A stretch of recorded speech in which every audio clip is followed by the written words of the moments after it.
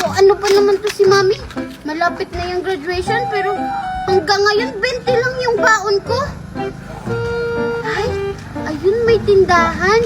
Bibili muna ako bago ako pumasok sa school. Tao po, pabili po. Ano yan?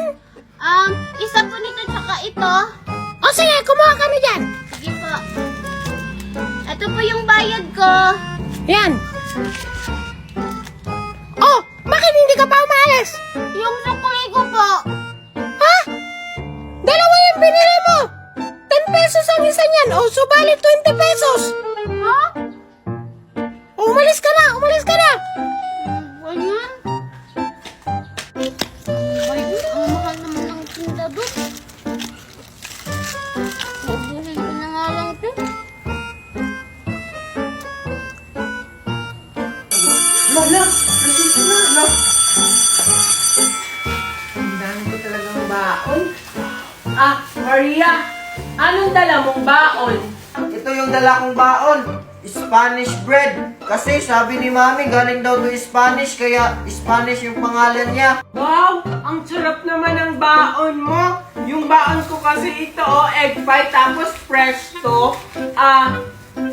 Mimay, bakit hindi ka pa naglalabas ng baon mo? Anong dala mong baon? Mamaya na lang ako kakain kasi busog pa naman ako. Weh, nakita nga kita kanina, ang dami mong biniling pagkain. Siguro kinain mo na sa daan, no? Tapos pagdating dito, manghihingi ka lang sa amin ni Junjun. Sakala mo siguro bibigyan ka namin. Hindi. Sige, Junjun, kain na nga tayo. Sige. Oo nga, uubusin niya yung baon niya sa daan. Tapos pagdating dito sa school, wala na siyang makain. Tapos manghihingi lang sa amin ni Maria. Hindi naman. Junjun tsaka Maria, madami naman kayong pagkain. Pahingi naman ako. Yan na nga yung sinasabi ko. Bahala ka dyan, hindi ka namin bibigyan. Ayaw mo akong bigyan, ha? Hala, inaga mo yung pagkain ko! Teacher, si Mima, inaga yung pagkain ko!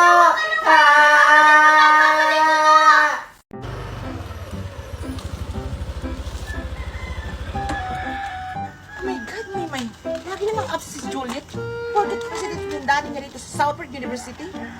Oo nga, buti na lang malakas siya dito sa school natin.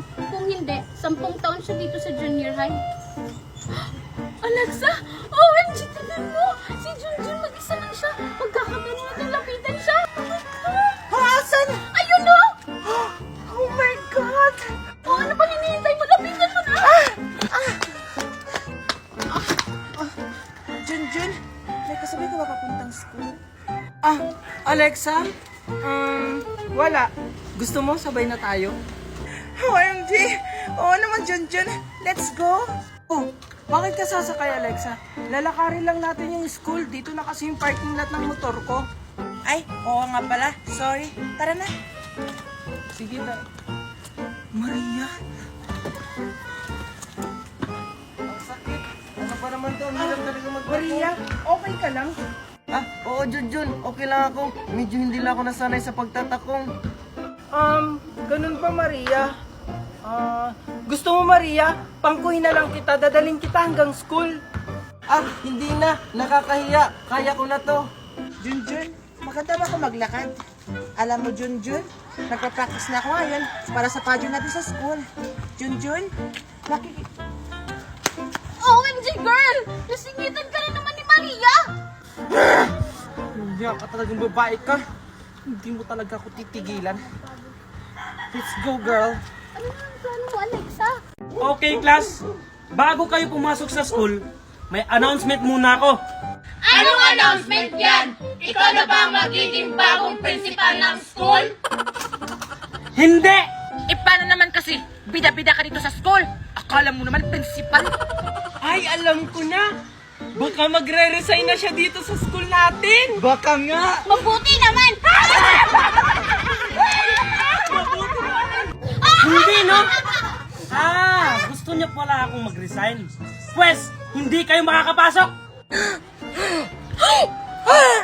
ano ba kasing announcement na yan? Ang announcement ko, bago kayo pumasok sa school, i-check ko muna yung mga bag nyo isa-isa. Ha? Bakit pati bag namin i-inspectionin mo? Eh di ba ID lang yung hinahanap mo? Oo nga. Kasi yung principal natin, nawalan ng iPhone 15 Pro Max, hindi alam kung sinong nagkuha. Kaya sumunod na lang kayo. Ah, kaya pala walang klase kahapon kasi nag-meeting yung mga teacher. Oh, ano pang hinihintay nyo? Pila na, para ma-check ko na yung mga bag nyo. Ikaw na yung aral. Oo na, ito po yung bag ko, oh. Ano ba naman yung baon mo? Ang baho-baho. Kaya palang baho ng bunganga mo. Sige na, pumasok ka na. Mag-check lang ng bag, personal pa. Okay, next. Oh, Mananggad, ito yung bag ko. Check mo na.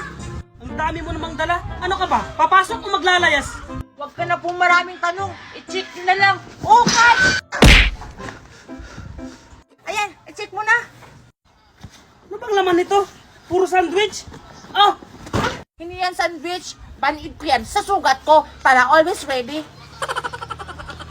napkin. Okay, next. Oh, ito po. Yan lang ang bag mo? Ang liit-liit? Ano ba? Papasok ka o pupunta ka ng mall? Nasa loob na po kasi ng room yung mga gamit ko sa school. O sige, pasok. Papapasukin mo rin pala ako eh. Okay, next. Oh, ito guard yung bag ko!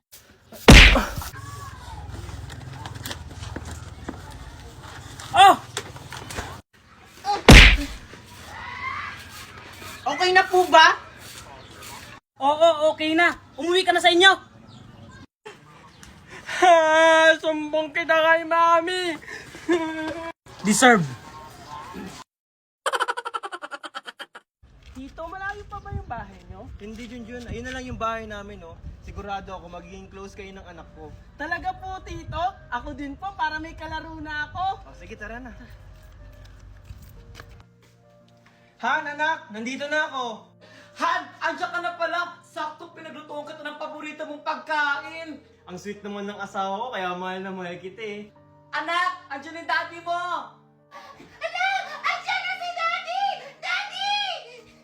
Nga pala, asawa, Megan, may ipapakilala ko sa inyo. Sure ako, matutuwa kayo. Talaga, Daddy? Ano yun? Tara, pasok ka dyan, huwag kang mahiya. Han, anak, eto nga pala si Junjun, pamangkin ko. Dito muna natitira sa atin. Mag-hi ka sa kanila, Junjun. Hello po. Ano? Dito mo yung papatirahin? Dagdag pala mo na naman yan. Hindi mo nga kami kayang buhayin ng anak mo. Magdadagdag ka pa. Oo nga, Daddy! Valerie, Megan, huwag naman kayong ganyan. Nakakaya sa bata. Tsaka huwag kayong mag-alala. Gagawa ko ng paraan. Magdodoble sikap ako. Ano ba naman yan? May kahati na ako. Asan ba kasi magulang ng batang yan? Bakit dito mo yung papatirahin? Valerie, tama na. Nasa abroad kasi yung mga magulang niya kaya sa akin siya ibinilin.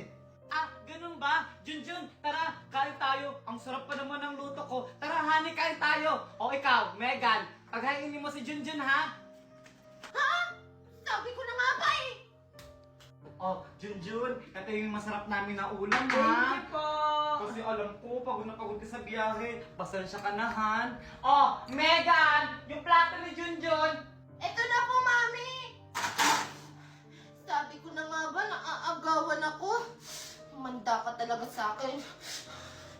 Magpakabusog ka, Junjun, ha? Oh, ito yung plato mo. O anak, dahan-dahan naman. Ay, sorry po, Daddy. Napalakas ko lang po. Tito, wait lang. O bakit, Junjun? Sana hindi po kayo magalit. Bakit? Ano ba yung sasabihin mo? Tito, uuwi na lang po siguro ako kasi lagi na lang po kayong nag-aaway. Ano ka ba, Junjun? Wala ka nang uuwian. Tsaka, hindi naman ikaw yung dahilan kung bakit kami nag-aaway. Nung isang araw po kayong nag-away, lahat po napakinggan ko po yun. Pita-pita ka talaga lagi, Junjun. Huwag mong alalahanin yung Junjun. Basta itong tatandaan mo, nandito lang kami para sa'yo. O sige na, aalis na ako. Hoy, Jun! Halika ka rito! Bakit po, tita? Ano? Masaya ka na nag-away kami mag-asawa? Hindi ko rin naman pong ginustong mag-away kayo. Nagsabi lang naman po ako ng totoo. Di ba ayun yung gusto mo? Yung sirain mo yung pamilya namin? Oo nga! At dahil sa'yo, nalaman ni Daddy na nagsisinungaling ako! Itong bagay sa'yo!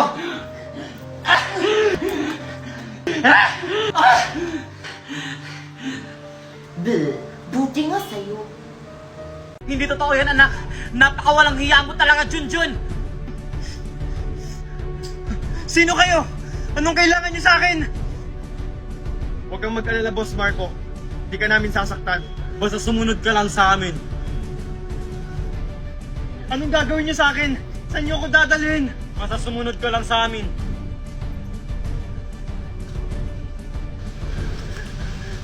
Junjun? Valerie, Megan? Ano nangyayari dito? Asawa! Daddy! Ang sagradong anak mo lang naman ang kumidnap sa'yo! Totoo ba yun, Junjun?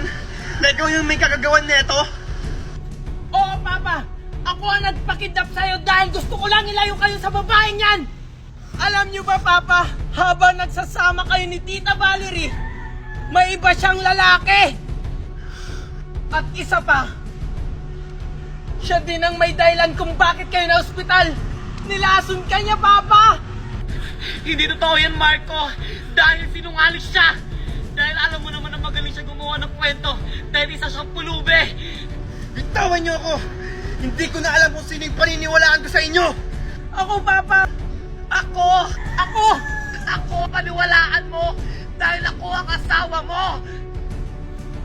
Ako, Papa, dahil may ebidensya ako!